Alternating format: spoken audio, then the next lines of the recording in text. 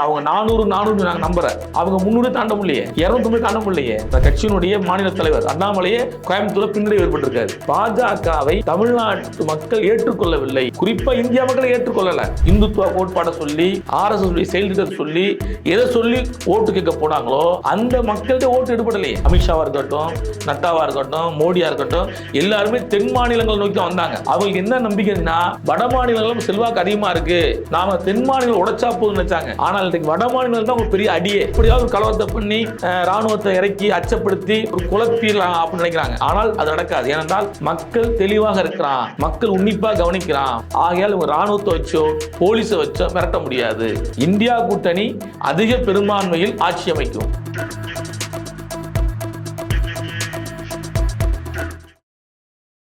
வகை தமிழ் நேயர்களுக்கு வணக்கம். இன்று நம்ம நேர்காணல்ல நம்மோடு இணைந்திருக்கிறார் விடுதலை சிறுத்தை கட்சியின் மண்டல செயலாளர் திரு மாலின் அவர்கள். வணக்கம் சார். வணக்கம் சார். 2024 மக்களவை தேர்தல் முடிவுகள் வந்துட்டு இருக்கிற நிலையில விடுதலை சிறுத்தை கட்சி சிதம்பரம், விழுப்புரம் எல்லா இடத்துலையும் முன்னிலையில இருக்கு.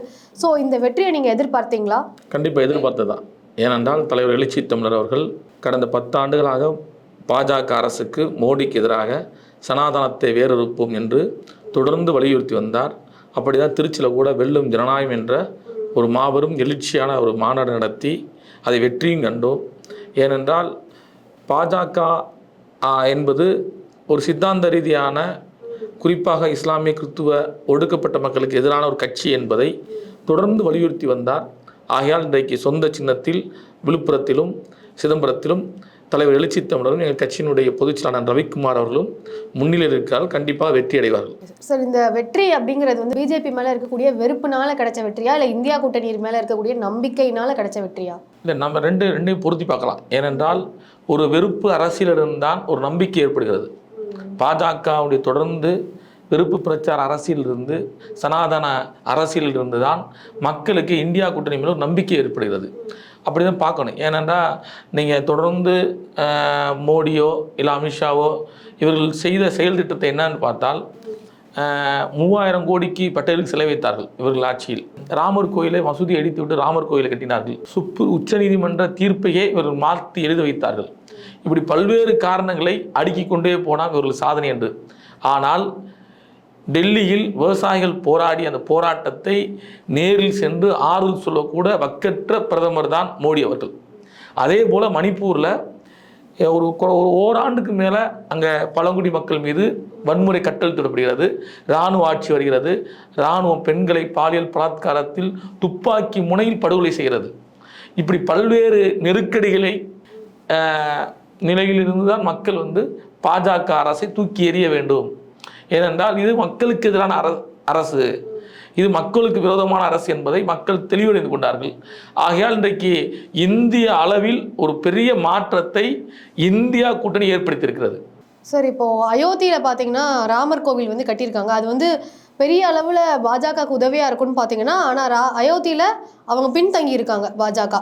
இதற்கு என்ன காரணமாக இருக்கும்? மக்கள் அதை சரியாக வரவேற்கலை, மக்கள் ஏற்றுக்கொள்ளன்னு அர்த்தம். ஏனென்றால் அவர்கள் ராமர் கோயில் கட்டினோம்னா இந்துத்துவ மக்கள்லாம் ஓட்டு போட்டுருவாங்க, இந்து மக்கள்லாம் ஓட்டு போட்டுருவாங்க, நாம் இந்துத்துவ அரசியலை முன்னெடுத்துக்கலாம் அப்படின்னு பார்த்தாங்க. இங்கே சித்தாந்த ரீதியாக RSS செயல் திட்டத்தை தான் மோடி ரிப்ளை பண்ணுவார், நடைமுறைப்படுத்துவார். அதை இங்கு உள்ள மக்கள் ஏற்றுக்கொள்ளலை. ஏன்னா இங்கே இஸ்லாமியர்களும் கிறிஸ்துவர்களும் இந்துக்களும் அண்ணன் தம்பியாக, மாமான் மச்சனாக இருக்கிறாங்க. அந்த ஒரு ஒரு உறவை பாஜக உடைக்க பார்க்குது. அதை இங்கே விரும்பலை. ரெண்டாவது, உத்தரப்பிரதேசத்தில் இன்றைக்கு சூழலில் ஒடுக்கப்பட்ட சிறுபான்மைய கிறிஸ்துவ மக்கள் அனைவருமே மோடிக்கு எதிராக வாக்களிச்சிருக்காங்க. குறிப்பாக இந்து மக்களே மோடிக்கு எதிராக வாக்களிச்சிருக்காங்க. ஏன்னா கடந்த தேர்தலில் அவங்க வட மாநிலங்களில், குறிப்பாக உத்தரப்பிரதேசத்தில் எவ்வளோ எண்ணிக்கையில் நம்பரில் இருந்தாலும் தெரியும். இன்றைக்கி எவ்வளோ நம்பர் குறைஞ்சிருக்குன்னு தெரியும். அப்போ இந்த நம்பர் குறைவு என்பது அவர்களுடைய செயல் திட்டத்துக்கு கொடுத்த சம்பட்டி அடி தான். தொடர்ந்து வெறுப்பு பிரச்சார அரசியல், தொடர்ந்து மக்களுக்கு விரோதமான அரசியல். இன்றைக்கு 10 ஆண்டு காலத்தில் அவருடைய சாதனை என்று சொன்னால் ஒன்றும் கிடையாது, ஜீரோ. இங்கே எந்த மக்களுக்கான அரசாங்கம் இது இல்லை. ஒரே நாளில் பண மதிப்பீட்டை உருவாக்கிவிட்டார், பண மதிப்பீடு கொண்டு வந்தாங்க. அப்போ அது எவ்வளோ பெரிய ஏழை எளிய நடுத்தர மக்களுக்கு எவ்வளோ பெரிய இழப்பாக போச்சு. 1000 2000 வச்சவனுடைய கதியில் என்ன ஆச்சு? இவங்க செல்லாதுன்னு சொல்லும் போது ஆனால் இதெல்லாம் யார் லாபம் அடைஞ்சானா, அம்பானி அதானி போன்ற பெரும் முதலாளிகள் லாபம் அடைஞ்சான். அவனெல்லாம் பேங்க்ல கொடுத்து மாற்றிக்கலாம்னு சொன்னான். ஆனால் ஏழை எளிய மக்கள் கியூவில் நின்றான், அதுலேயும் ஆயிரக்கணக்கான செத்தான். இதெல்லாம் பார்க்கும்போது இந்த அரசை தூக்கி இருந்தால் வந்துச்சு. இன்றைக்கி மக்கள் முடிவு பண்ணியிருக்காங்க, அவங்களுடைய எண்ணிக்கை நம்பர் குறைஞ்சிருக்கு. அவங்களுக்கு இது ஒரு பெரிய அடிதான் பாஜக கூட்டணிக்கு. சரி, தமிழகத்தில் பார்த்தீங்கன்னா பாஜக வந்து தோல்வி பின்தங்கியே இருந்தாலுமே அவங்களோட வாக்கு சதவீதம் வந்து கூடியிருக்கு. அப்படி கிடையாதுமா. அது வந்து என்னென்ன விஷயம்னா, இங்கே அதிமுகன்னு ஒரு கட்சி, அந்த கட்சியை சுவாகா பண்ணிட்டு தான் பிஜேபி நிற்கிது. ஒன்று. ரெண்டாவது வந்து இங்கே நிற்கிற வேட்பாளர்கள், பாஜகவோட வேட்பாளர் எடுத்துக்கொண்டீங்கன்னா அவர்களுக்கு ஒரு செல்வாக்கு உண்டு. இப்போ ஏசி சண்முகம் இருக்காருன்னா அந்த பகுதியில் வேலூரில் அவருக்கு செல்வாக்கு உண்டு. இப்போ பாரிவேந்தர் இருக்கார் அப்படின்னா திருச்சி பெரம்பலூர் பகுதியில் அவருக்கு செல்வாக்கு உண்டு. இப்படி ஒவ்வொரு இப்போ நாயேந்திரன் இருக்காருன்னா திருநெல்வேலி நிற்கிறாருன்னா அவருக்கு செல்வாக்கு உண்டு. தனிநபர் செல்வாக்கில் தான் இந்த வாக்கு ஒழிய இது பாஜக விழுந்த வாக்கு கிடையாது. இது தனிப்பட்ட ஒரு அவங்களுடைய கட்சி, அதை தாண்டி அவங்களுடைய உறவு, சொந்தம், சாதி இதில் தான் ஓட்டு இருந்துச்சு. நீங்கள் அப்படி பார்த்தா தருமபுரியில் சௌமியா அன்புமணி வந்து முன்னிலை இருக்காங்க. அங்கே சாதி பலத்தை கூட்டுறாங்க. வன்னியனுடைய வாக்கு வங்கியை அவங்க காட்டி ஆகணும் இந்த தேர்தலில். ஏன்னா வந்து அவங்களுக்கு ஒரு நெருக்கடியான தேர்தல், அவங்களுக்கு பெரிய நெருக்கடியான தேர்தல். ஏன்னா அவங்க அரசியல் வாழ்க்கையே போயிடும். ஆகையால் சொந்த சாதி மக்களை மூல செலவு செய்து பெருவாரிய வாக்கு வித்தியாசத்தில் முன்னிலை காட்டப்படுது. அப்போ தனிப்பட்ட மனிதர்களுடைய செல்வாக்கு தான் ஒழிய இது பாஜகவுக்கு விழுந்த வாக்கு கிடையாது. ஏனென்றால் தமிழ்நாட்டில் பாஜக என்பது ஒரு துடைத்து எரியப்பட்ட கட்சி. அவர்களுக்கான செல்வாக்கு கிடையாது. ஒரு பிம்பத்தை உருவாக்குறாங்க. அப்படி பார்த்தா அண்ணாமலை வாக்கு வாங்கியிருக்கணும்ல, ஏன் வாங்கலை? சரி, அப்படி பார்த்தா வந்து ஓபிஎஸ் வாங்கியிருக்கணும்ல, ஏன் ஓபிஎஸ் பின்னாடி இருக்காரு, 3ஆம் 4ஆம் இடத்துல இருக்காரு. இப்போ நீங்கள் பிஜேபி பல இடங்களில் பார்த்தீங்கன்னா நாம் தமிழரோட கீழே தான் இருக்காங்க சில இடங்களில். ஏன் இருக்காங்க? அப்போ நீலகிரியில் வந்து எல்முருகன் நின்றார், ஒரு மத்திய அமைச்சர், அவர் ஏன் பின்னாடி ஏற்பட்டார்? ஒரு ஆளுநராக இருந்த அம்மா தமிழிசை வந்து தெஞ்சல் நின்றாங்க, ஏன் அவங்க பின்னாடி ஏற்பட்டாங்க? பொன் ராதாகிருஷ்ணன் ஏன் பின்னாடி ஏற்பட்டார்? அப்போ என்னன்னா, அண்ணாமலை அந்த கட்சியினுடைய மாநில தலைவர் அண்ணாமலையே கோயம்புத்தூரில் பின்னாடி ஏற்பட்டிருக்காரு, 3ஆம் இடத்துல இருக்காரு. அப்போ அதுக்கு என்ன காரணம்? பாஜகவை தமிழ்நாட்டு மக்கள் ஏற்றுக்கொள்ளவில்லை, குறிப்பாக இந்தியா மக்களை ஏற்றுக்கொள்ளலை. இன்றைக்கு தேர்தல் ஆணையம் மற்ற அதிகாரங்களை வைத்துக்கொண்டு இவர்கள் இந்த தேர்தல் நடத்தினால்தான் இந்த வாக்கு சதவீதம் ஒழிய இவர்கள் நேர்மையாக தேர்தல் நடத்தினா இந்தியா கூட்டணி தான் இதோட வாக்கு சதவீதம் கூடியிருக்கும், நம்பர்ஸ் கூடியிருக்கும். சரி சார், ஆனால் இப்போ டெல்லியில் பார்த்தீங்கன்னா சர்ப்ரைசிங்காக பிஜேபி தான் முன்னிலை வகிச்சிருக்காங்க. ஸோ அதை பற்றி என்ன நினைக்கிறீங்க? இல்லை, டெல்லியை பொறுத்தளவுக்கு என்னன்னா வந்துட்டு நாடாளுமன்ற தேர்தல் வேறு, மாநில சட்டமன்ற தேர்தல் வேறு. சட்டமன்ற தேர்தலில் கெஜ்ரிவாலை தான் ஆதரிச்சிருப்பாங்க. அவங்க கெஜ்ரிவால் காங்கிரஸ் கூட்டணிங்கிறப்ப டெல்லியில் வந்து பிஜேபி ஆதரிக்க வேண்டிய சூழல் உருவாயிருச்சு. ஏன்னா நீங்கள் குறைந்தபட்சம் ஆர்எஸ்எஸ் சித்தாந்தத்தை ஒட்டி இருக்கவங்க பூரா டெல்லி புறநறுப்பில் இருக்காங்க. அதனால் டெல்லியில் வந்து நாடாளுமன்ற தேர்தல் வேறு, சட்டமன்ற தேர்தலை வேறு பார்க்க வேண்டிய சூழல் இருக்குது. சார், இப்போ கேரளாவில் வந்து சுரேஷ் கோபி வந்து எம்பி சீட்டில் வந்து முன்னிலை வகித்து ஒரு புதுசாக ஒரு இது வரைக்கும் இல்லாத ஒன்றை வந்து கிரியேட் பண்ணியிருக்காரு பிஜேபியோட சேர்ந்த கட்சி. அப்படி பார்த்தீங்கன்னா உத்தரப்பிரதேசத்தை ராஜஸ்தானில் பார்க்கலாம்ல, சிபிஎம் எம்எல் பார்ட்டி வந்திருக்காங்க, 2 இடம் வந்திருக்காங்கல்ல, பீகார்லேயே ஒரிஷாலேங்கோ 2 வந்திருக்காங்கல்ல. அப்போ வரவே முடியாத இடத்துல வந்திருக்காங்களா அவங்களாம்? காங்கிரஸ் வட மாநிலங்களில் வரவே முடியாது, செல்வாக்கே இல்லை சொன்ன பாஜக இன்னைக்கு வட மாநிலங்களில் காங்கிரஸ் அதிக எண்ணிக்கை எடுத்திருக்காங்கல்ல, நம்பர்ஸ் எடுத்திருக்காங்கல்ல. நம்ம அப்படி பார்ப்போம். இப்போ ஒரு தொகுதி கேரளாங்கிறப்ப அங்கே காங்கிரஸ் தனியாகவும் கம்யூனிஸ்ட் தனியாகவும் போட்டிட்டாங்க. அதனுடைய ஒரு இதாக கூட வந்திருக்கலாம் ஒழிய. ஆனால் வட மாநிலங்கள் பாருங்கள், ஒப்பிடு பாருங்கள், வட மாநிலம் ஒப்பிடும்போது தென் மாநிலங்கள் குறைவு தான் பாஜகவுடைய செயல் திட்டம். சார், ஆனால் ஒடிசாவில் வந்து பார்த்தீங்கன்னா இப்போ கூட பூரி ஜெகநாதர் கோயிலை வச்சு ஒரு பெரிய பரபரப்பான பேச்சு இருந்துச்சு. இப்போ அவங்க பிஜு ஜனதா கட்சியை வந்து பின்தங்க வச்சுட்டு முன்னிலையில் பாஜக இருக்குது. ஸோ இதை எப்படி பார்க்குறீங்க? மக்கள் வந்து அந்த பிரச்சாரத்தை ஏற்றுக்கிட்டாங்கன்னு நினைக்கிறீங்களா? அப்படி கிடையாது. நீங்கள் வந்துட்டு ஒரு சில மாநிலங்களில் பாஜக தன்னுடைய ஆளுகின்ற செல்வாக்கை பயன்படுத்தி, தேர்தல் யுத்திகளை பயன்படுத்தி, தேர்தல் அதிகாரிகளை பயன்படுத்தி வாக்கு கூட்டாங்க. ஏனென்றால் ஒரு சொல் இருந்துச்சு, என்னென்னா 1 கோடி வாக்கு புதிதாக சேர்க்கப்பட்டதெல்லாம் பேசப்பட்டுச்சு. அப்போ அந்த 1 கோடி வாக்கு சேர்க்கப்பட்ட பிறகு அதை எங்கெல்லாம் பிரித்து கொண்டு போனாங்கன்னு பார்க்க வேண்டியிருக்கு. தமிழ்நாட்டை அந்த கால்குலேட் பண்ணும்போது அந்த 1 கோடி வாக்கு தமிழ்நாட்டுக்குள்ள வரல. ஆனால் கேரளா, ஆந்திரா, மற்ற ஒரிஷா போன்ற மாநிலங்களில் அந்த வாக்கு சேர்ந்துருக்கு, அந்த 1 கோடி வாக்கு. ஏன்னா முதல்ல எண்ணும்போது கம்மியாக சொல்லிட்டோம் அப்படின்னாங்க. அப்புறம் 1 கோடி வாக்கு நாங்கள் இருக்குன்னு சொன்னாங்க. அப்போ அந்த 1 கோடி வாக்கு வட மாநிலங்களிலையும் ஆந்திரா, கேரளா போன்ற மாநிலம் பிரித்து சொல்லப்பட்டதுன்னு சொல்கிறது. எப்படி பார்த்தாலும் ஒரு கிட்டத்தட்ட ஒரு பெரிய லெவலில் காம்படிஷனாக போயிட்டு இருக்கு. ஒருவேளை பிஜேபி ஜெயிச்சிருச்சுன்னா இந்தியாவில் என்னென்ன மாற்றங்கள் வரும் சார்? இது எப்படி இருக்கும்? பிஜேபி ஜெயிக்கான்னு முடிவுவாங்க, வெற்றி பெறான்னு முடிவுவாங்க. நீங்கள் ஜெயிக்க வெற்றி ஒருவேளைங்கிறதுனால கேட்கல. வெற்றி பெற முடிவுக்கு வரலாம். இன்னும் 5 மணி இருக்குது, 6 மணி இருக்குது. ஏனென்றால் வட மாநிலங்களில் காங்கிரஸ்க்கான செல்வாக்கு கூடி இருக்கு. ராகுல் காந்தியோடைய அந்த சோடா யாத்திரைங்கிறது ஒரு பேசும் பொருளாக இளம் தலைமுறைகிட்ட உருவாகியிருக்கு. நீங்கள் காங்கிரஸுக்கு வாக்களித்த அத்தனை பேருமே இளம் தலைமுறை வாக்காளர்கள் தான், புதிய வாக்காளர்கள் தான். அதுவும் வட மாநிலங்களில் அவர் எதை சொல்லி அதிகாரத்துக்கு வரணும்னு நினைச்சாரோ, ராமர் கோயிலுக்கு சொல்லி வந்தாங்க, அவங்க இந்துத்துவா சொல்லி வந்தாங்க, RS செயல் திட்டத்தை சொல்லி வந்தாங்க, அந்த அத்தனையும் முறியடிக்கப்பட்டிருக்கு. இப்போ அவங்க 400 நாங்கள் நம்பர் சொன்னாங்க, 400 மேலே வருவோம், 400 மேலே வருவாங்க. அவங்க 300 தாண்ட முடியலையே, 250 தாண்ட முடியலையே, அவங்களால முன்னிலையாக இருக்கக்கூடிய வெற்றின்னு சொல்ல முடியல. அப்போ வெற்றி என்பது இது தீர்மானிக்கப்படலை. ஆனால் இந்தியா கூட்டணிக்கு, குறிப்பாக காங்கிரஸுக்கு இவ்வளவு தொகுதி முன்னிலைங்கிறது பெரிய வெற்றிங்கிறோம். ஏன்னா அவங்க 70 சொன்னாங்க, 80 சொன்னாங்க. நீங்கள் ஊடகங்கள்லாம் பார்த்தீங்கன்னா காங்கிரஸையும் இந்தியா கூட்டணியும் 80 மேலே தாண்டாது அப்படின்னாங்க. ஆமாம், இன்னைக்கு ஊடகம் என்னென்ன சொன்னாங்களோ அப்படியே மாற்றா இருக்கு. இன்னைக்கு 230-40 போயிட்டு இருக்காங்க காங்கிரஸ் கூட்டணி, இந்தியா கூட்டணி. அப்புறம் குறிப்பாக தமிழ்நாட்டில் வந்து நீங்கள் 39 இடமும் வெற்றி பெற வாய்ப்பு இருக்குது. சொல்ல முடியாது, 39 இடத்துலையும் திராவிட முன்னேற்ற கழக கூட்டணி, இந்தியா கூட்டணி வெற்றி பெற வாய்ப்பு இருக்குது. எல்லா இடங்களும் முன்னிலை தான். ஏனென்றால் தந்தை பெரியாருடைய கருத்தியல், புரட்சி அம்பேத்கர் அரசியலை உள்வாங்கிய தமிழ்நாடு என்பதால் முதன்மை இருக்குது. இதனுடைய எதிரொலி தான் வடமாநிலம் ஒழிச்சிருக்கு.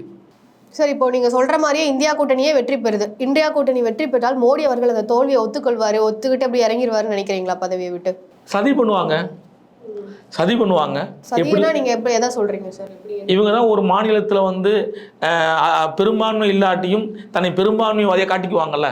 சட்டமன்ற தேர்தலில் பார்த்துருக்கோம், நிறைய தேர்தலில் எம்எல்ஏகள் கடத்திருக்காங்க, கொண்டு போய் வச்சிருக்காங்க, பல கோடி கொடுத்துருக்காங்க சட்டமன்ற உறுப்பினர்களுக்கெல்லாம், பல்வேறு மாநிலம் பார்த்துருக்கோம். அந்த வேலையை இவங்க செய்வாங்க. ஏன்னா வந்தால் RSS வந்து இன்னும் 10 ஆண்டுகள் நாங்கள் தான் இருப்போம், ஆட்சியில் பாஜக தான் இருக்குன்னு சொல்லிட்டு இருந்தாங்க. இந்த தேர்தலில் அது முறியடிக்கப்படுது. நீங்கள் பெரும்பான்மையாக வந்து சர்வதிகாரமாக நடத்தலாம், அதிபர் முறையை கொண்டு வந்துடலாம், அரசியலமைப்பு சட்டத்தை தூக்கி எறிஞ்சிடலாம், நாம் சொல்கிற சட்டம் தான் இங்கே நடைமுறைப்படுத்தப்படும், RSS என்ன செயல் திட்டத்தை உருவாக்குகிறதோ அதுதான் இங்கே நடைமுறைப்படுத்தப்படும் என்று மோடி, அமித்ஷா, நட்டா இப்படி RSS எல்லா தலைவரும் பார்த்துக்கிட்டு இருந்தான். ஆனால் அது நடக்கலை. இன்னைக்கு அதில் இருந்து என்ன சொன்னால் பெரிய அடி உங்களுக்கு. ஏன்னால் காங்கிரஸ் பெரும்பான்மையான இடங்களில் தன்னுடைய செல்வாக்கை நிரூபித்திருக்காங்க இந்த தேர்தலில். சார், இழுபறியில் இருந்தாங்க பட்சத்தில், அப்போ இருந்தாங்கன்னா ஒருவேளை மம்தா அவர்களோ நிதிஷ்குமாரோ மறுபடியும் இந்தியா கூட்டணியை ஆதரிப்பாங்களா? பேசிக்கிட்டு இருக்காங்க, கண்டிப்பாக ஆதரிப்பாங்க. ஏன்னா வந்து மம்தா பானர்ஜி அவர்களும் நிதிஷ்குமார் அவர்களும் பாஜகவுடைய அரசியலை ஏற்றுக்கொள்ள மாட்டாங்க. ஏன்னா அவங்களுக்கு ஒரு அரசியல் இருக்குது. 10 ஆண்டு காலம் அந்தந்த மாநிலங்களை இவர்கள் என்ன கொடுமைப்படுத்தினார்கள் பாஜக அரசு என்பது அவங்களுக்கு நல்லா தெரியும். விவசாயிகளுடைய போராட்டமாக இருக்கட்டும், அங்குள்ள நெருக்கடி காலங்களுடைய நிகழ்ச்சியாக இருக்கட்டும், அனைத்துமே பாஜக வந்து தன்னுடைய ஆளுமை பலத்தால் அவர்களுக்கு எதுவுமே செய்யலை. 2வது மாநில சுயாட்சி உரிமையிலும் கை வச்சாங்க. அப்படி பல்வேறு நெருக்கடிகளை வந்து அந்த மாநில கட்சி கொடுத்துருக்காங்க. ஆகையால் இந்தியா கூட்டணி தான் அவங்க ஆதரிப்பாங்க. 2வது என்னன்னா, தமிழ்நாட்டு சூழல் பார்த்தீங்கன்னாலே தேர்தல் நடக்கும்போது மோடி வந்து தமிழ்நாட்டுக்கு வராரு, தமிழ்நாட்டில் வந்து தியானம் பண்ணுறாரு. கன்னியாகுமரியில் 12 கேமரா போட்டு ஒரு ஷூட் பண்ணுறாங்க. அப்படி ஒரு அரசியலை பண்ணி வாக்குக்காக தன்னுடைய எந்த எல்லைக்கும் போகிறத உருவாக்கியிருக்காரு மோடி. அப்போ இந்த சூழலை நாங்கள் கண்டிக்கிறோம். மோடி தொடர்ந்து தன்னுடைய அரசியலை விளம்பர அரசியலாக பயன்படுத்தினார். அதை எந்த மாநில கட்சிகளும் ஏற்றுக்கொள்ளலை. நீங்கள் இன்றைக்கி மாநில கட்சியுடைய பெரும்பான்மையில் தான் இந்த தேர்தல் வெற்றி தேர்தல் நடந்திருக்கு. எங்களுக்கெல்லாம் அச்சம் இருந்துச்சு, EVM மிஷின் எதுவும் பண்ணிடுவாங்களோ, இல்லை தேர்தல் ஆணையம் வந்து எதுவும் பண்ணிடுமோ. அதை தொடர்ந்து நம்ம வலியுறுத்தினால தான் தேர்தல் ஆணையமும் இந்த விஷயத்தில் கவனம் செலுத்தியிருக்காங்க. இல்லை என்றால் இந்த அதிக பெரும்பான்மை நோக்கிக்கு வர விட்டுக்க மாட்டாங்க அவங்க. சரி, இப்போ EVM மிஷினை வந்து நிறைய குற்றச்சாட்டு சொன்னாங்க, அதில் நிறைய ஃப்ராட் அலர்ட் பண்ணுறாங்க, அப்படின்ற ஃப்ராட் வேலைகள் பண்ணுறாங்கன்ற மாதிரி இருந்துச்சு. இப்போ ஓரளவுக்கு கிட்டத்தட்ட வந்து அதெல்லாம் உடனே அதை நீங்கள் ஃப்ராடு பண்ணுவாங்கன்னு சொன்னால தான் அதில் ஒரு நேர்மைன்னு சொல்கிறேன். நீங்கள் அது தவறு செய்வாங்க, இப்படி தவறுலாம் நடக்க போகுது அப்படி நம்ம முன்கூட்டி ஒரு பிரச்சார யுத்தியை பயன்படுத்தினால தான் அதில் ஒரு நேர்மை இருக்குது. தேர்தல் ஆணையம் வந்து நேர்மை இருக்கிறேன். நீங்கள் தேர்தல் ஆணையம் இந்த தேர்தலுக்கு முன்னாடி எவ்வளவு சலுகைகளை வந்து பாஜக அரசு கொடுத்தாங்கன்னு தெரியும். எல்லா விஷயங்களையும் அவங்களுக்கு வந்து பல்வேறு கட்சிகளுக்கு அரசியல் சின்ன ஒதுக்குறதுலேருந்து, ஏன் குறிப்பாக விடுதலை சிறுத்தைகளுக்கு சின்ன ஒதுக்குவது கூட வந்து காலதமாக ஆக்குனாங்க, நெருக்கடி கொடுத்தாங்க. அதையெல்லாம் மீறி தான் நாங்கள் வந்து சொந்த பானை சின்னத்தை வாங்கினோம். இது ஏன் சொல்கிறேன்னா, ஒவ்வொரு அரசியல் கட்சியுமே பழிவாங்கும் நோக்கத்தோடு தான் பாஜக செஞ்சு, புரியுங்களா? அப்போ தேர்தல் ஆணையம் யாருக்கான தேர்தல் ஆணையம் செயல்பட்டுச்சுன்னா பாஜகக்கான தேர்தல் ஆணையம் செயல்பட்டுச்சு.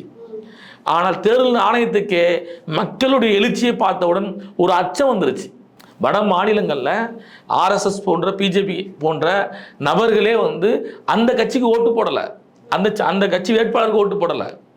இவங்க என்ன கோட்பாட்டை சொன்னாங்களோ, இந்துத்துவ கோட்பாட்டை சொல்லி, ஆர்எஸ்எஸ் செயல் திட்டத்தை சொல்லி, எதை சொல்லி ஓட்டு கேட்க போனாங்களோ அந்த மக்கள்கிட்ட ஓட்டு எடுபடலையே. நீங்கள் பெரும்பான்மை இந்து மக்கள் ஓட்டு போட்டால் தான் நீங்கள் பாஜக வடமாநில முன்னிலை வந்திருக்கும். ஆனால் பெரும்பாலும் இந்து மக்கள் ஓட்டு போடலை வட மாநிலங்களில். அது தோல்வி தானே உங்களுக்கு வந்துட்டு, அவங்க அரசியல் தோல்வி ஆயிடுச்சுல. இன்றைக்கு ஊபி எடுத்துக்கங்க, மேற்கு வங்கம் எடுத்துக்கங்க, ராஜஸ்தான், ஒரிசா எல்லா இடங்களும் எடுத்துக்கிட்டாலும் சிபிஎம் வராது வந்திருக்கு. சிபிஎம் வரவே முடியாது, வந்திருக்குல்ல. சிபிஎம்எல் பார்ட்டி அவங்க வந்திருக்காங்க, எடுத்துருக்காங்க. அப்போ இடதுசாரிகள் நீங்கள் சொல்கிறீங்க, கேரளாவை மைய சொல்கிறீங்க, சுரேஷ் கோபி வராருன்னு சொல்லி. ஆனால் நம்ம அதை தாண்டி இங்கிட்டு பாருங்க, இடதுசாரிகள் வராங்களா, வரவே முன்னாடி வராங்களா. வட மாநிலங்களில் அவங்களுக்கு எவ்வளோ பின்னடைவு இருந்ததுனால தான் அவங்க நோக்கம் தென் மாநிலங்கள் மேலே பார்வரிச்சு. அமித்ஷாவாக இருக்கட்டும், நட்டாவாக இருக்கட்டும், மோடியாக இருக்கட்டும், எல்லாருமே தென் மாநிலங்கள் நோக்கி தான் வந்தாங்க. அவங்களுக்கு என்ன நம்பிக்கை இருந்துச்சுன்னா, வட மாநிலங்களும் செல்வாக்கு அதிகமாக இருக்குது, நாம் தென் மாநிலங்கள் உடைச்சா போகுதுன்னு நினச்சாங்க. ஆனால் இன்றைக்கு வட மாநிலங்கள் தான் அவங்களுக்கு பெரிய அடியே. வட மாநிலங்களில் அவங்க ஆளுகின்ற மாநிலத்திலேயே பெரிய இழப்பு அவங்களுக்கு. ஒவ்வொரு இடங்களையும் வந்துட்டு காங்கிரஸ் கூட்டணி வந்து பெரும்பான்மை பிடிச்சிட்டு இருக்காங்க. அப்போ இன்னும் ஒரு 6 மணிக்கு மேலே 7 மணிக்கு மேலே பார்த்தீங்கன்னா காங்கிரஸ் கூட்டணி அதிக பெரும்பான்மை இடத்துக்கு வந்துடுவாங்க. ஒரு அரசியலை மாற்றி அமைப்பதற்கு என்ன சொல்றதுன்னா, இங்கே இந்த செயல் திட்டம் இருக்குல்ல, ஆர்எஸ்எஸ் உடைய செயல் திட்டம் இருக்குல்ல, அதை தூக்கி எறிவதற்கு, புதிய ஜனநாயகத்தை படைப்பதற்கு இந்தியா கூட்டணி வலுப்பெற சூழல் இருக்கும். இது வலுவாக நிற்கிது. இந்த கோட்பாட்டு கூட்டணி, இது வந்து மதசார்பற்ற கூட்டணிங்கிற சொல்ல தாண்டி இது ஒரு கோட்பாட்டு கூட்டணி. இவங்ககிட்ட கோட்பாடு கிடையாது. இவங்க சித்தாந்தம் வந்து இங்கே வந்து ஆதிக்க சித்தாந்தம், சர்வதிகார சித்தாந்தம், ஆர்எஸ்எஸ் செயல் திட்டத்தை கொண்டு வந்து நிப்பாட்டுறான். அப்போ ஆர்எஸ் செயல் திட்டம் தூக்கி எறிவது தான் இன்னைக்கு இந்தியா கூட்டணி முதன்மையான வேலையாக இருந்து இன்னைக்கு அதிக எண்ணிக்கை பிடிச்சிருக்கோம். சார், இப்போ இந்தியா கூட்டணி வந்து ஒருவேளை வெற்றி பெற்றாங்களே வச்சுக்கோங்க, அப்போ பாஜகவோட தோல்வியை ஒத்துக்கிட மாட்டாங்க, பெருசா மோடி அவர்கள் வந்து கலவரம்லாம் வெடிக்கும் அப்படின்ற மாதிரியான கருத்து இருக்கு. ஸோ இது உண்மையாக நடக்கும். அதனால தான் ராணுவ அந்த தளபதியை மாத்தாம வச்சிருக்காரு. அவருக்கு வந்து ஏன்னா வந்துட்டு இதெல்லாம் வந்து ஆர்எஸ் உடைய செயல் திட்டம். ஏன்னா எப்படியாவது ஒரு கலவரத்தை பண்ணி ராணுவத்தை இறக்கி அச்சப்படுத்தி ஒரு குழப்பிடலாம் அப்படின்னு நினைக்கிறாங்க. ஆனால் அது நடக்காது. ஏனென்றால் மக்கள் தெளிவாக இருக்கிறான், மக்கள் உன்னிப்பாக கவனிக்கிறான். இன்னைக்கு 18 வயசுல வாக்கு செலுத்துகிற ஒவ்வொரு வாக்காளனும் அரசியல் பேசுகிறான், அரசியல் தெரிஞ்சுக்கிறான். அப்போ நம்ம ஓட்டு யாருக்கு வாக்கு செலுத்திக்குங்கிறத பகிரங்கப்படுத்துகிறான். அந்த தெளிவுக்கு மக்கள் வந்துட்டான். ஆகையால் இவங்க இராணுவத்தை வச்சோ போலீஸை வச்சோ மிரட்ட முடியாது. ஆகையால் இந்தியா கூட்டணி அதிக பெரும்பான்மையில் ஆட்சி அமைக்கும். சரி, இப்போ இந்தியா கூட்டணி வெற்றி பெறுறாங்க, ராணுவத்தில் இருக்காங்க, எலெக்ஷன் கமிஷன், பெரும்பாலான துறைகளில் பாஜகவோட சிந்தனை உள்ளவர்களை தான் வச்சிருக்காங்க. ஸோ அந்த சிந்தனைகள் எல்லாத்தையும் தாண்டி இந்தியா கூட்டணியால் சிறப்பாக ஆட்சி செய்ய முடியும். கண்டிப்பாக இப்போயே வந்து அதிகாரிகளாக ராகுலை பார்த்துட்டு தானே இருக்காங்க. ராகுல் காந்தியை போய் ஐஏஎஸ் ஐபிஎஸ் அதிகாரிகள் மற்ற இராணுவ அதிகாரிகள்லாம் பார்த்துட்டு தான் இருக்காங்க, வாழ்த்துட்டு தான் இருக்காங்க. ஏனென்றால் இவங்க பிஜேபி சொன்னது மற்ற ஊடகங்கள் சொன்னதெல்லாம் தாண்டி இன்னைக்கு 240 250 போயிட்டு இருக்காங்கல்ல காங்கிரஸ் கூட்டணி. அது பெரிய வெற்றி தானே. ஏன்னா 90 தாண்ட மாட்டாங்க, 80 தாண்ட மாட்டாங்க அப்படின்னு சொன்னவங்க தானே. நாங்கள் 400க்கு மேலே வந்து பிடிப்போம் என் நம்பர் சீட் சொன்னாங்கல்ல, அது பிடிக்க முடியலல்ல. அப்போ இது வந்துட்டுன்னா குறிப்பாக இந்த எண்ணிக்கையே இந்தியா கூட்டணிக்கு வெற்றியான எண்ணிக்கை தான். தகவல்களை பகிர்ந்துக்கிட்டதுக்கு ரொம்ப நன்றி.